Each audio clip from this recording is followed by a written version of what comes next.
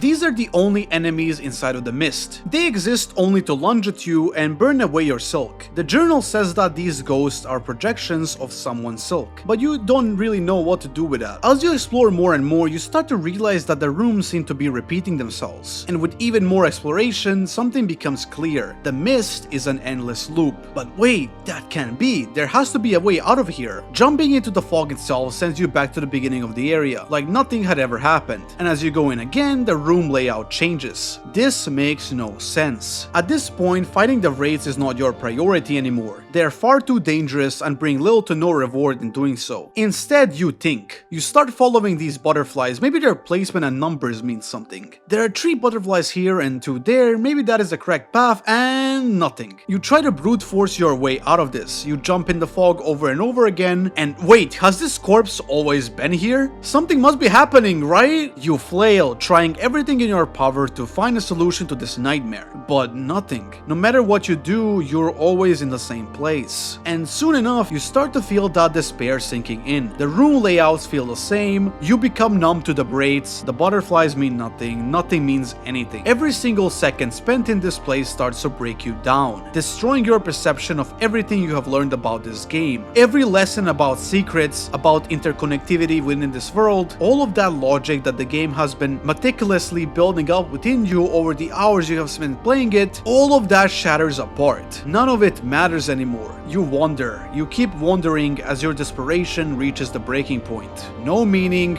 no purpose, no solution. Until suddenly, after God knows how much time, you start to think to yourself, why is this place the way it is? Why are the wraiths draining silk from us? Why do the rooms contain so many silk spools? And then, it happens.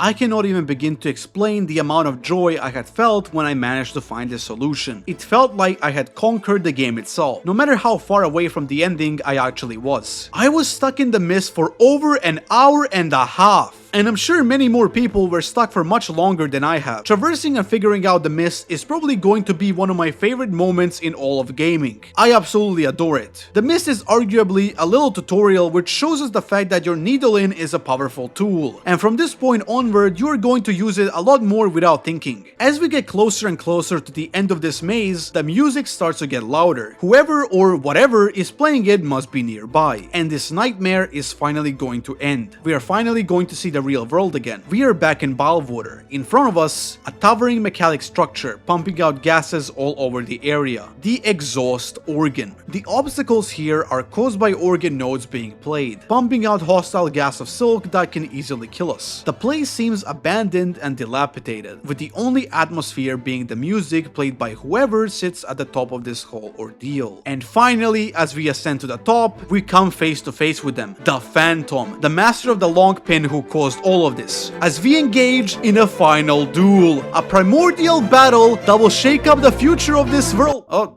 sorry, I went a little too overboard with my fantasies there. The battle with Phantom is incredible. I love the way she blasts the organ, picking up her mask and slamming down on the arena. The fight itself resembles the fights with Hornet in the original game quite a bit, but with Phantom's expanded and refined moveset, it is quite difficult and parallels your own moveset extremely well. As you enter the second phase, she will begin to use this satisfying slam move a lot more, while also filling up the arena with mist, forcing you to pay attention to where she can appear. This is the first time in the game that I felt like I'm participating in a really dangerous and satisfying duel to the death, especially with the amazing setup to get here. Trekking through Sinner's Road, finding about Balwater, entering the mist, and finally arriving to the exhaust organ, finding the one responsible and dueling them. As our battle comes to an end, we remember our old move, the parry, as we imitate the Phantom's technique, cutting her down and shutting off this exhausted organ for good. Yes, Silksong is a parry slop. What the Phantom was guarding was another hidden entrance to the Citadel, not known about by the majority of Pharloom. The whole point of the mist created by the organ was its purpose to grind foolish pilgrims down, eternally trapping them within this nightmare as they struggle to understand what is going on, only to be consumed by the wraiths that roam this place. And finally, all of that is over, as the room returns to normal after killing the Phantom. This is where Lace shows up once again, telling us that all of our efforts will be for nothing, we cannot defeat a god. But you know, doing all of this that we had just done really makes me feel like we can.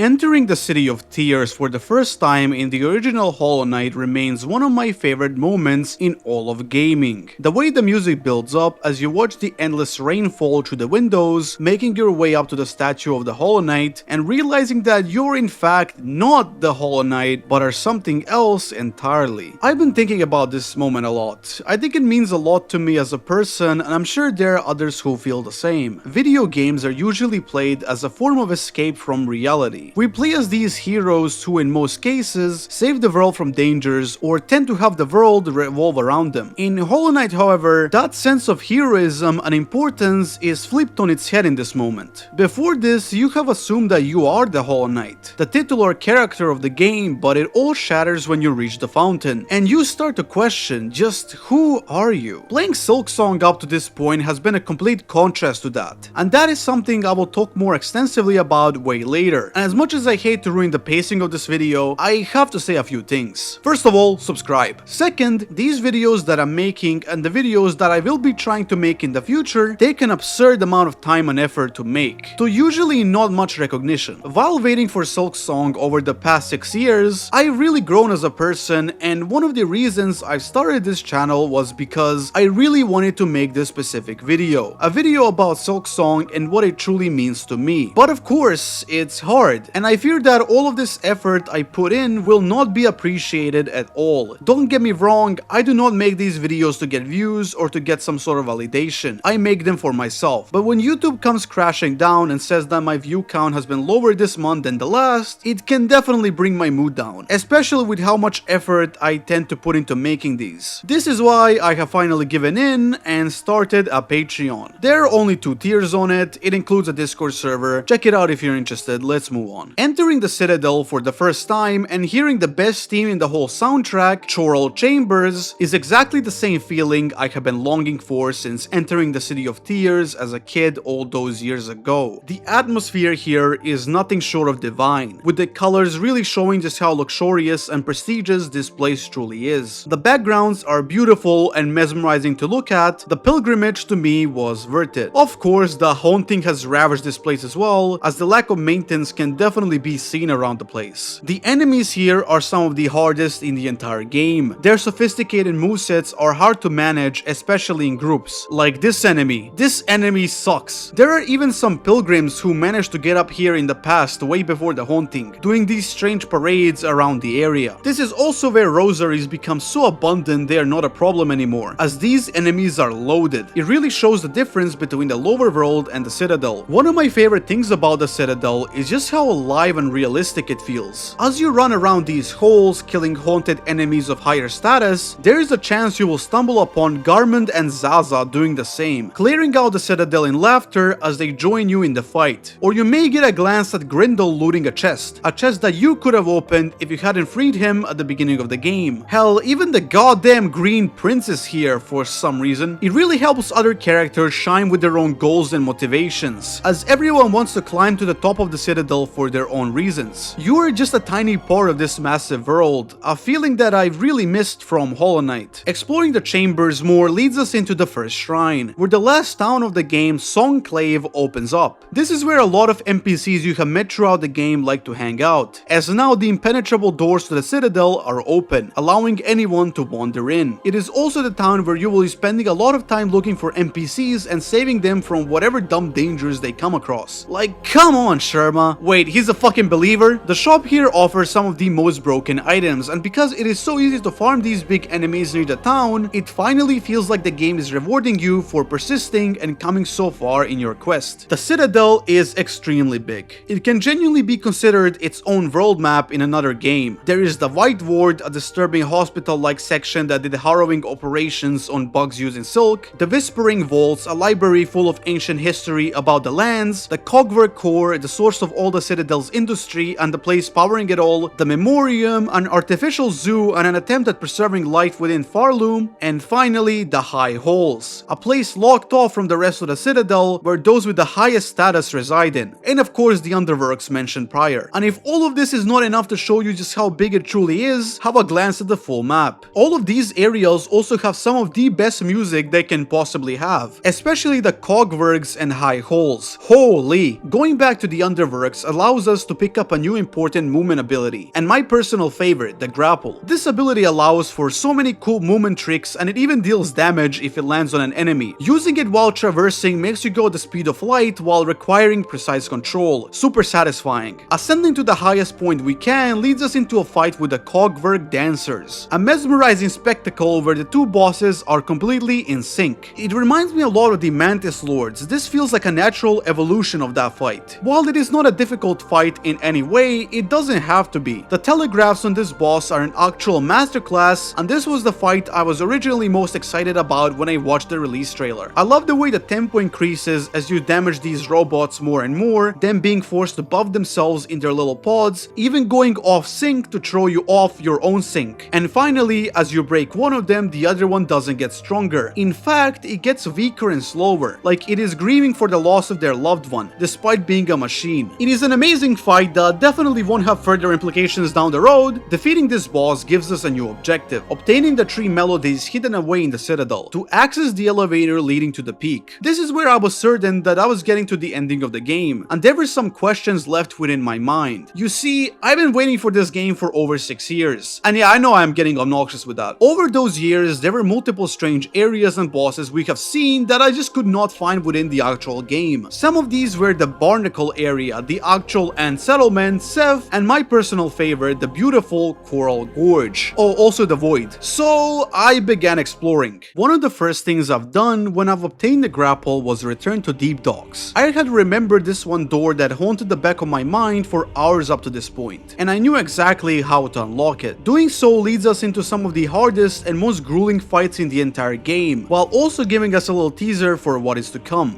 Brother Cygnus is the boss of this area, and while he himself is not that hard to deal with, the fact that there's lava engulfing the arena and ants spawning every once in a while makes this fight really difficult. Wait, there is another one?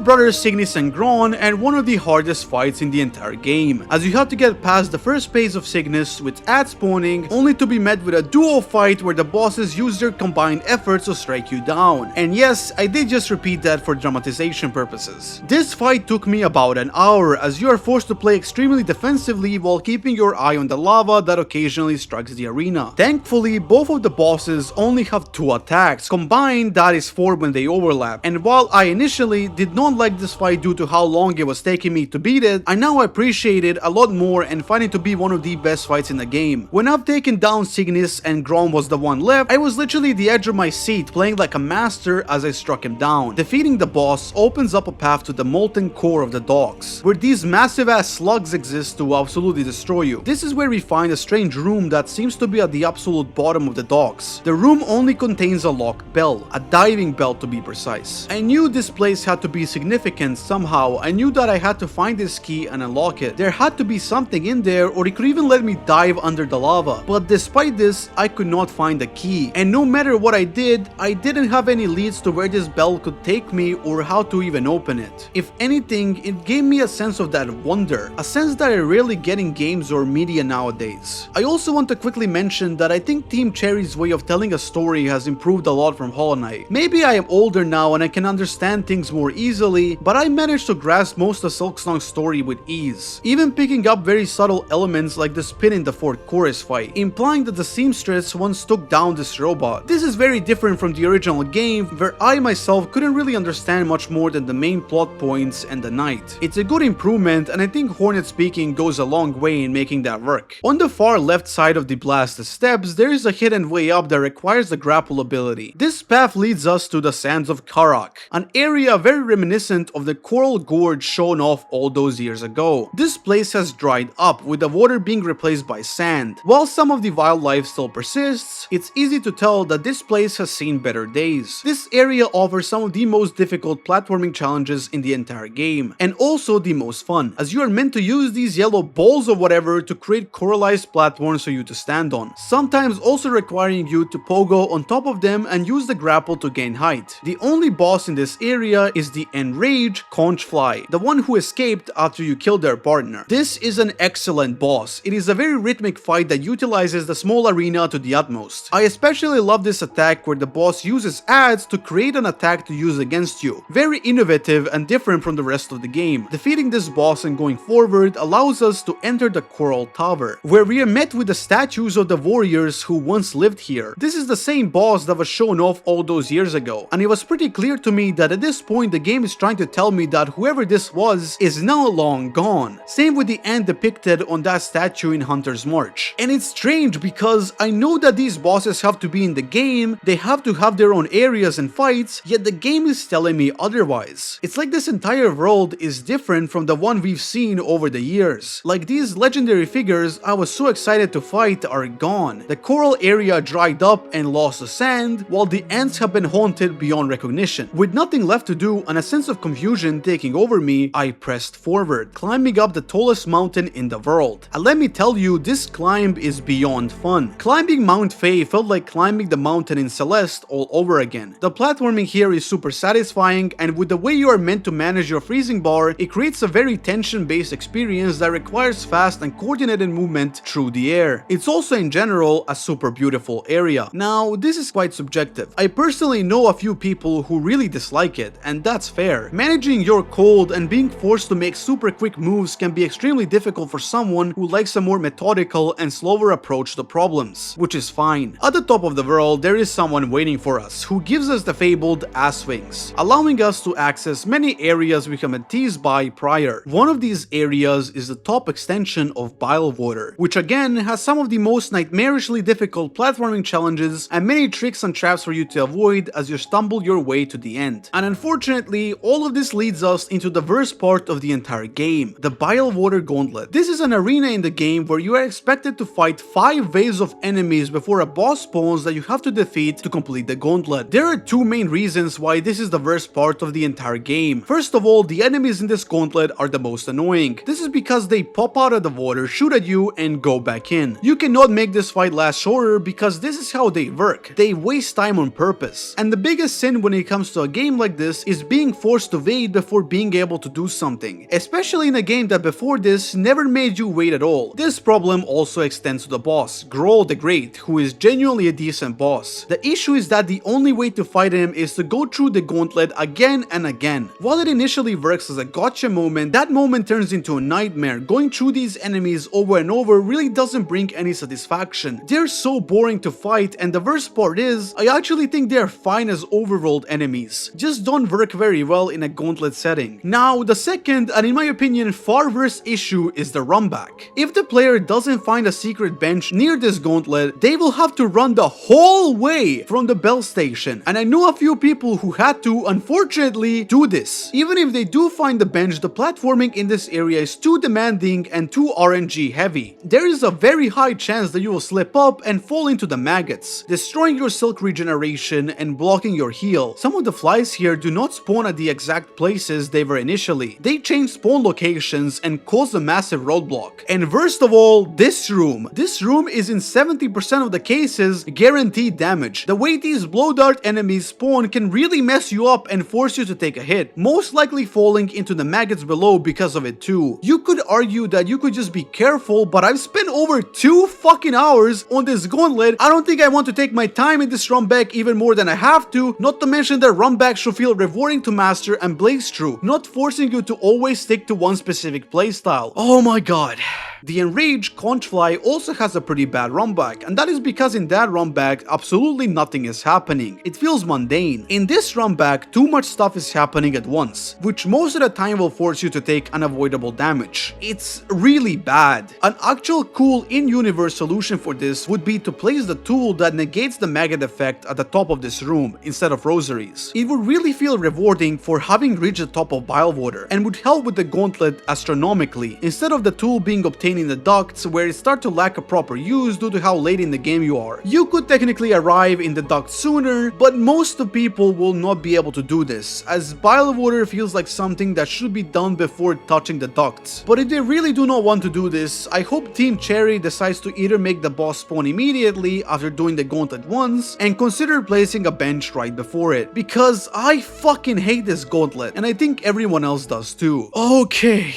Getting past this nightmare allows us to pick up a strange soul stone, something that will be relevant soon enough, but not before we are brought to yet another new area. And while I do not want to spend too much time talking about it, I like it. It has a unique atmosphere and some cool mechanics, can be annoying to traverse through. In this area, we can pick up the last key needed to access the rest of the slab, the key of the apostate, which is really the only way forward left. Accessing the rest of the slab finally lets us see the full extent of this disgusting place, as it seems to have been built on top of the now dried up coral area spoken about earlier. The next place I found is some of the most hidden in the entire game, as it forces you to make a strange jump you wouldn't really think about making if you're not crazy like me, as you must stand on the edge of this chest to make it. All of this leads into a hidden locked prison, the one locked inside being referred to as the first of the first. You can break the chains of this prison, letting you step inside, only to find a Weaver chamber. This must be it. This must be the final upgrade I need to access these hidden areas within the game. And oh wait, what the fuck? This is the first Sinner, the best boss in Silksong and possibly my new favorite boss in all of gaming. Sorry, Corrupted Monk. The way this fight begins is masterful. If you have a keen eye, you can guess that something is wrong as this weaver calls you a half spawn, not the name you are usually used to. The way the boss gets out and attacks you is such a good moment, it makes you jump in joy. Getting to finally fight a true weaver is something I was really hoping for in this game, and it finally happened. The best way I can describe this fight is if Pure Vessel and Nightmare King Grim had a child, and that child was a goddamn legend. I was stunned at how insanely readable these needle attacks were. With the way the Sinner constantly onslaughts you from every side, it makes this fight feel like a struggle for survival, and it succeeds in that more than any other boss in the game. This rhythmic dance lasts a long time, and it may occur to you that the first Sinner is actually binding. Yeah, she is healing, and you can knock her out of it just like the enemies can knock you out of your own bind. It is amazing. I beat this boss on just my second try, and oh wait, holy shit, there's a second phase? The second phase of this fight boosts the tempo even higher, with the music blasting in the background, as now the fight does not feel like a survival anymore. It feels like an equal battle between two members of the same tribe, struggling to show who is stronger. The way these attacks overlap yet feel incredibly fair is the biggest kudos I can give to any developer. My entire body was shaking as I desperately fought to survive. I felt like I was in the Matrix, dodging all of these attacks and instantly recognizing the telegraphs. It is an experience that I will most likely treasure because something like this has never happened to me. And wanna know the best part? All of this, everything was completely optional. The reward for defeating the Sinner is just another offensive Silk ability, and that's awesome. This is a completely optional boss that most players will miss out on, and for those that do find it, they will most likely treasure this moment and remember it fondly for a long time, if not forever, especially if they are fans of this series like I am.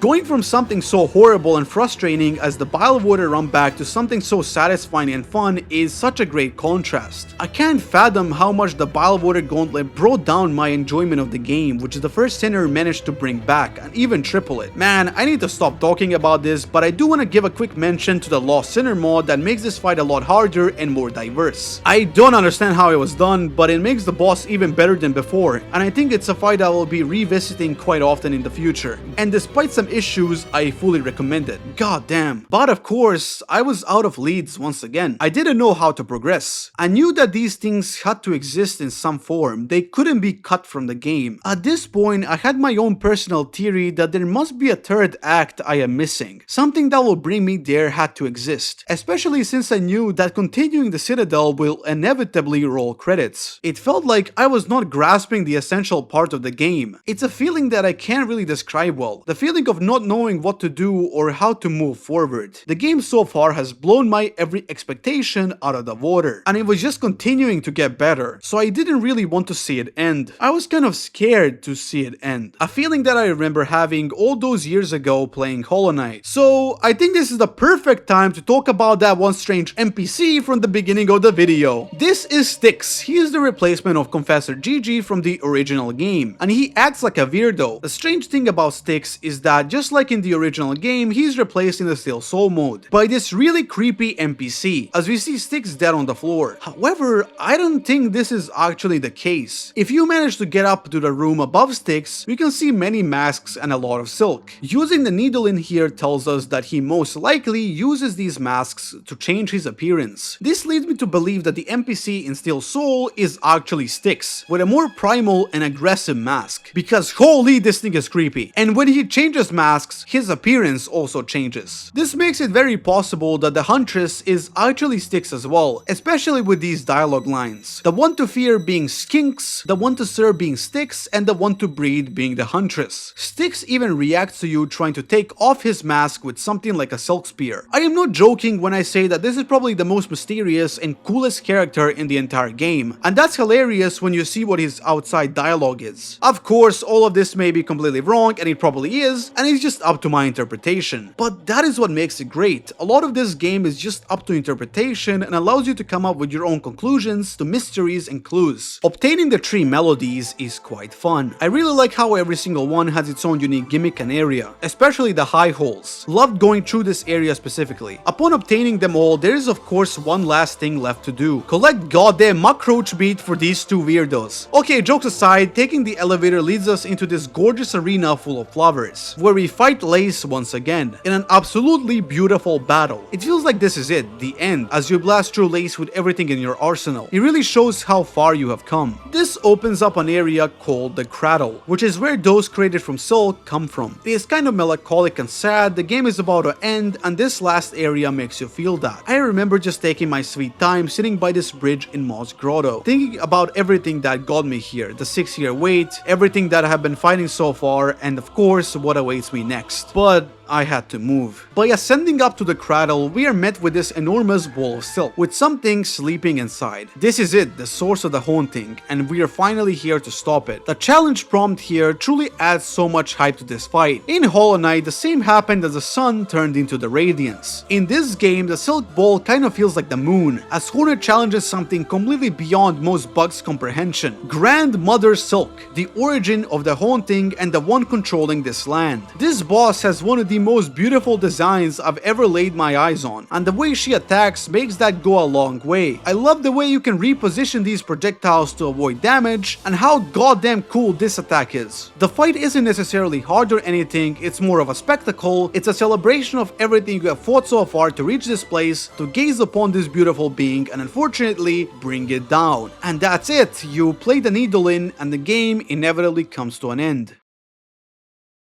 So yeah, not much else to see and do here. If you're wondering about the length of this video, that's just because I love Silksong so much, I decided to extend the video to be longer. I hope you're doing well, I hope that you've enjoyed playing this game too, and I hope— oh wait, what the fuck is that void?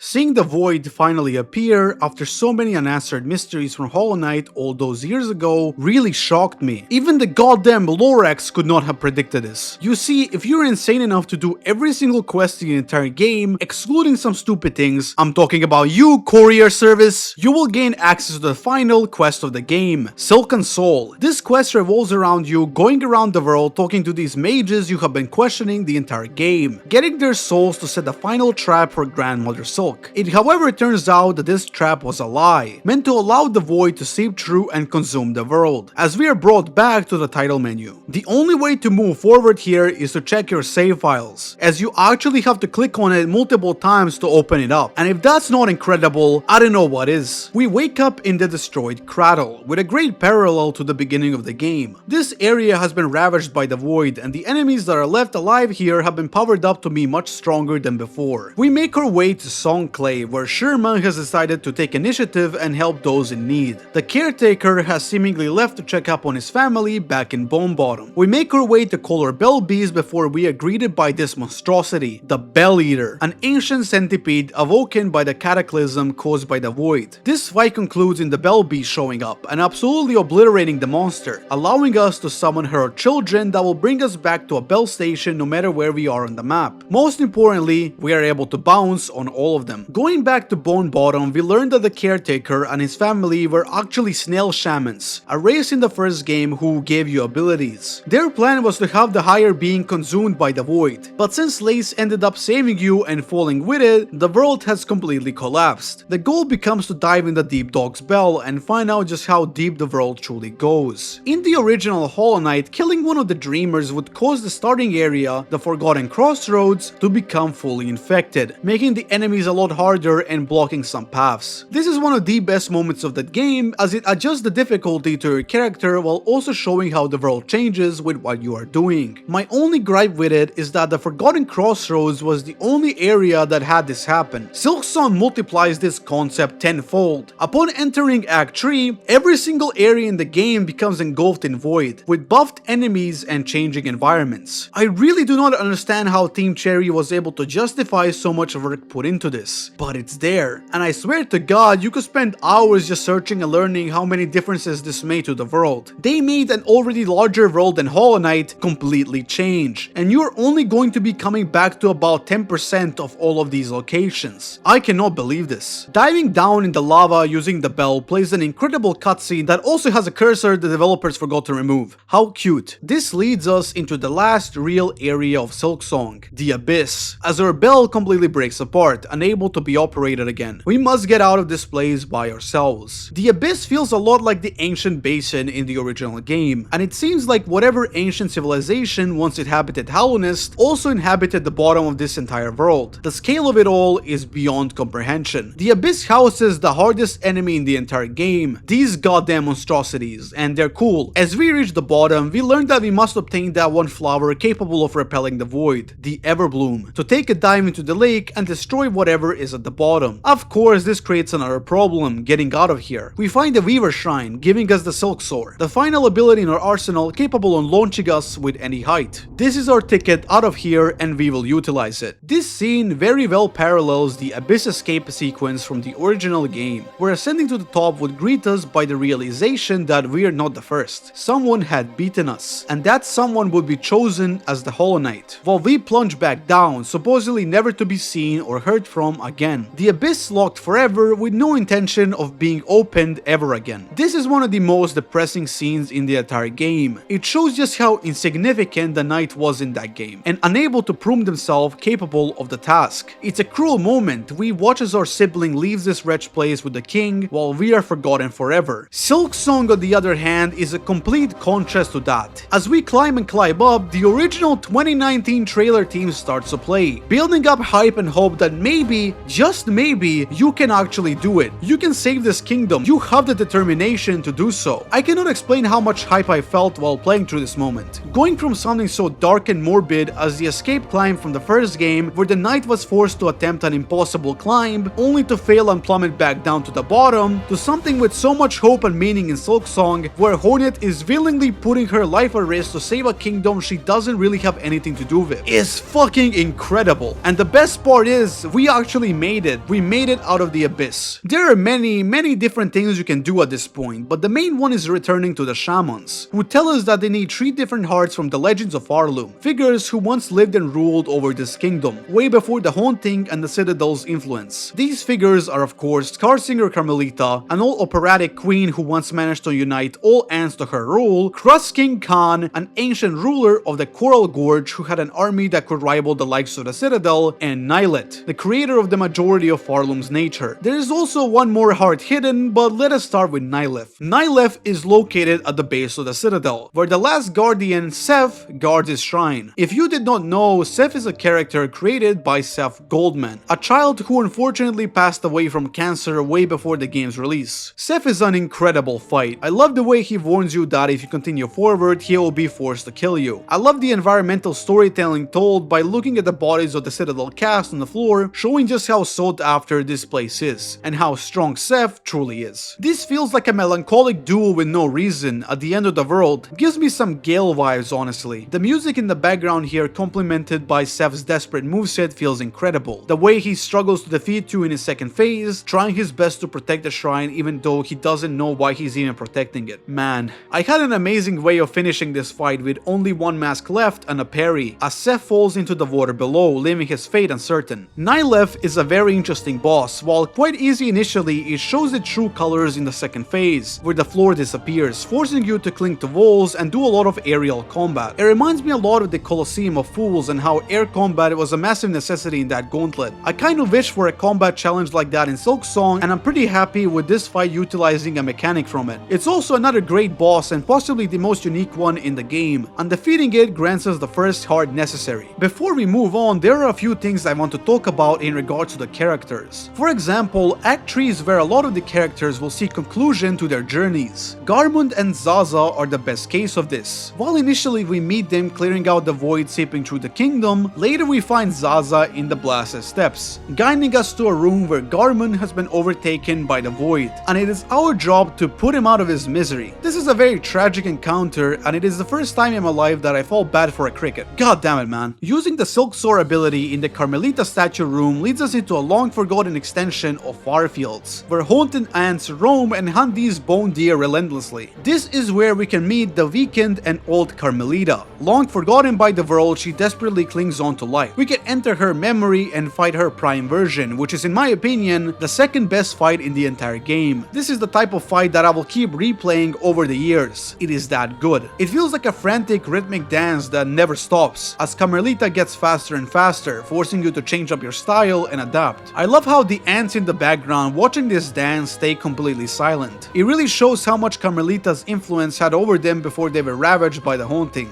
as they once seemed like a very civil civilization. Or maybe not. Defeating Carmelita allows us to claim another heart, and we can find Gilly in her room, who explained that the reason why the Farfields are able to sustain so much life is because of Carmelita's power, showing how strong she really was. The reason why I am mentioning this is because I initially thought Gilly had no conclusion to her questline, and I wanted to criticize it here, but the game just never stops surprising. With this being a very secret interaction you can easily miss if you never return to this room. Another strange thing with this room is this door Team Cherry put here. It leads nowhere and has no way of being opened. They have never done something like this before, and it doesn't really make too much sense. As we explore the world more, traversing these areas and looking for the hearts, we can find Seth resting in Greymore, having lost his memory and not even recognizing us. His goal being to travel around the world, unaware of everything that is going on. We can find him in a few more locations after this, but I find it really interesting how this character has been quote-unquote reborn at the worst time imaginable. He's like a baby, curious about the world around him as it breaks and falls apart. His last location is in Fleetopia, where he decided to stay and crush the leaderboards. What Hornet says to Mushka here always stuck with me. While the fleas have accepted the fate of the world and celebrate the end of everything in one last festival, Hornet says that it is not the end, that while everything will and has already fallen, the fleas with the remaining bugs left alive will be left to rebuild this kingdom and make it into something greater than it has ever been. And you can really feel that. You feel the same way Hornet feels, because this is what this game has been about throughout all of its runtime. But more on that at the end. Going back to Greymore at this point can lead you to one open path created by the Green Prince, who had brought the body of their loved one here, back to their homeland. This was once in a very distant past, the land of Verdania, transformed over time into the misty lands that is Greymore. The Green Prince regrets what had happened to his land, and we can enter his mind just to see what this land used to look like. And oh my god, this is the most beautiful area in the entire game. I would live here. Your goal of being here is helping the Green Prince recover his memory of this place, as you find these totems around that you break. I think with the visuals and the music in the background, the area is really meant to invoke that sense of childhood. It reminds me a lot of the sentence, "The grass used to be greener in the past," reminding us of times where everything felt brighter and more alive, especially when we were kids. And I think the Green Prince probably has the saddest backstory in this entire game. He has basically lived to see everything he loved destroyed, and is desperately clinging on to that past that is long gone. And while everything in this area feels perfect and flawless, we cannot forget that this is just a memory. And nostalgia is usually beautiful, yet intoxicating. Drowning in nostalgia is something a lot of us fall victim to. We choose to only remember the good while completely disregarding or even forgetting all of the bad times that the past had. The fight with the Green Prince is kind of a remix of the Cogwork Dancers, and it's a great fight, as we finally put the prince to rest with his partner, something that he had wished for since we freed him from the cage, to move on from the past. The final area required to obtain the Everbloom is of course the Coral Tower, a crazy colosseum of fools like Gauntlet with waves and floors of enemies through the most beautiful environments. The boss of this area, Cross King Khan, has the best animation work in the entire game. I adore how well his hands are animated when he's summoning the corals to kill you. However, this is where I want to talk about something a little bit different. Remember when I said that I could not grasp the full extent of the game, wondering just where areas like the Coral Gorge, Ant Settlement, and the Barnacle area were? Well, to put it simply, they do not exist. They are cut content. Back in 2019, the Coral Gorge was one of the most anticipated areas in the whole game. I remember being so hyped about it, as it looked like actual heaven inside of a video game. When I learned that this area does not exist and has turned into the sands of Karak, I felt a massive sense of disappointment. I can understand cutting stuff from video games or anything really. Hell, even I have cut some stuff from the script. I can understand if they had felt like the Ant Settlement may have felt a bit too much like the Mantis Village, or they couldn't find a place to put the Barnacle area in. Maybe they thought 4 towns was too much. Even the enemies shown here were repurposed in other areas in the game. But I just cannot understand why the gorge was cut. This is because the theme songs for this area still exist in the game files. Hell, even the official page of the game says that the player will be exploring Coral Forest in their ascent to the peak. And you know, that kind of feels like false advertising. It's like the developers made a cruel joke showing you something that you start getting super excited about, and even keeping on a page feels wrong. I think originally this game was going to have a much different plotline, and I do not believe that the Void was actually in Team Cherry's plans until later into into development. From everything we have seen back in 2019, it seems that Cross King Khan and Carmelita were meant to be alive and in their prime during our time in the game. This is further enforced by the fact that there is a cut and settlement area and the fact that there are multiple tracks of the cut Coral Gorge area. It seems to have once been part of the Blasted Steppes, as the track Coral Steppes and this One Edge magazine screenshot show us a judge enemy in an area very akin to the steppes. And the recent museum exhibition at ACMI proves this with the old development maps. Later on, the player would enter the main Coral Gorge area, while there was also another sub-area called Coral Ruins. Finally, the player would scale the Warlord Tower and fight the Cross King at the top. In addition to all of this, the Steel Assassins, including Sharp, were also completely removed from the game and the press kits. There is actually quite a lot of cut content, maybe I will make a video on it. Now, don't get me wrong, I'm sure that the reasons why all of this got removed are completely justified and fair. And trust me, I absolutely love the Coral Tower, but I think that removing an area completely like this while still keeping it on the advertisement side of things feels wrong. All of this may have been saved for some sort of DLC, but I doubt that, because why would Verdania get an area while keeping the Coral Gorge in the absolute dark? And I think this is exactly why I spoke about Verdania prior to speaking about this section. I think I have to face the fact that this area is gone, most likely never to be shown again in any shape or form. And you know, that's fine. Just like how Verdania teaches us to let go of the past, I think I need to use that lesson to move on from this disappointment myself. 2019 isn't a past that happened quite a long time ago at this point, over 6 years to be specific. And just like Mr. Mushroom says to the player themselves, I think we need to appreciate things that do exist more than getting hung up about things that we did not get to witness. We need to look at the present and appreciate it. Alright, cringy philosophical rant over. As we return to the shamans with the hearts, there is an incredible story moment where we learn more about Hornet's past and actually get to visit Halonist one last time. The nostalgia here is crazy. We wake up with the Everbloom in our hands as the void completely wrecks apart the area, killing the shamans and forcing us alone to make one last move in saving this kingdom. We use the repair diving bell to ascend down to the abyss as an incredible cutscene plays as we take a deep dive into the abyssal lake, reaching the end, where we are greeted by the voided version of Lace, the true final boss of Silksong,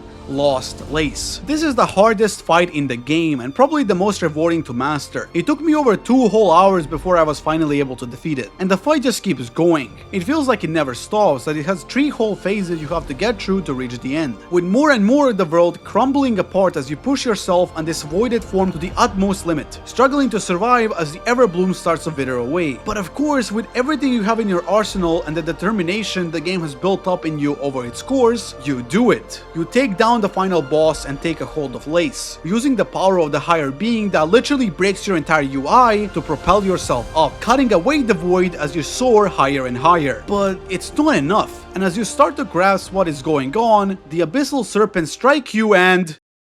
When I uploaded my first video onto this channel, I said a really funny line that pissed off some of you in the comments below. Follows this little knight, who for a very important reason decides to go far from their home to this desolate and gloomy kingdom called Halonist. This line that was meant to describe the knight is completely false, but it was a deliberate decision on my part to say it that way. Hollow Knight is a game that can be only played once. You will only be able to enter the City of Tears and see that fountain once. You will only be able to find that bench in Deepness in one playthrough, and you will only be able to experience the amazing ascent out of the abyss a single time. And I did not want to ruin that experience for someone who may have been watching the video without playing the game, as they deserve to have that experience that we all wish we could have again. The Knight is an interesting character. They are a blank slate. They kind of exist so that we can fill that slate with our own personality, with our own goals and motivations. However, as a kid, I really lacked that personality. I didn't necessarily have any goals nor motivations, which is, you know, kind of obvious, but I also didn't really have much of a voice. The adults didn't really listen to me much, and most of the stuff I said was childish and without much thought. I would get frustrated easily, and nobody took me seriously at all. This is why I could really relate to the Knight, who is also not taken too seriously by most bugs and lacks the ability to talk. I use video games as an escape from reality, to play as these people who I never was, and feel like I achieved something great by completing their epic epic journey. But all of this is just an illusion video games try to give you, which is completely fair by the way. Hollow Knight on the other hand is no illusion. It tells you straight up that you mean absolutely nothing. You're jack shit in this world, and hell, it's not even a world anymore because the whole kingdom has collapsed and died out. The small glimmers of hope you do occasionally get completely overshadowed by the darkness that looms across the whole game. The goddamn main character of the game isn't even capable of thinking. They're just doing what they were originally created to do, seal the infection. They have no control over their actions. Absolutely nothing matters. It's nihilism to the purest extent. Even the endings of the game leave the state of the world in a complete ambiguous state that has plagued the lore enthusiasts for years. Yet despite all this, we can still feel that we have made some sort of impact.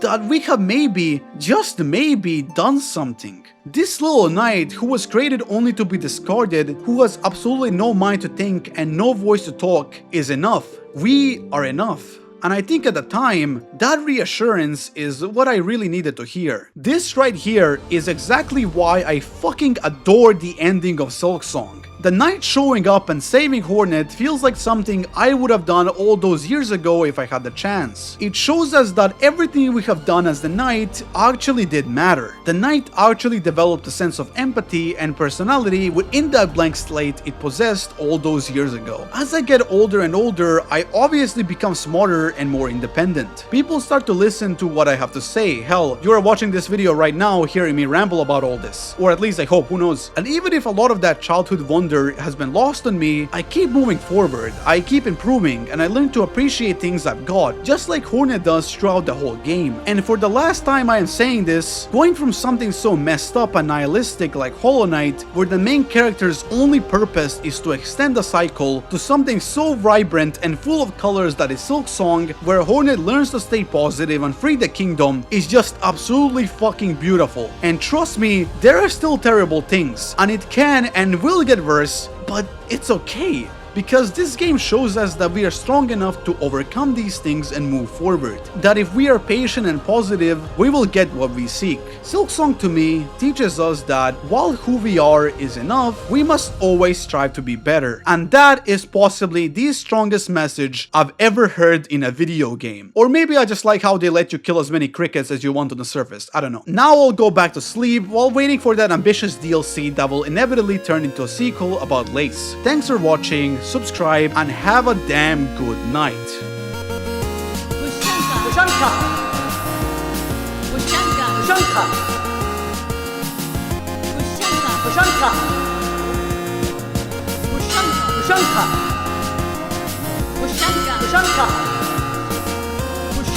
Ushanka.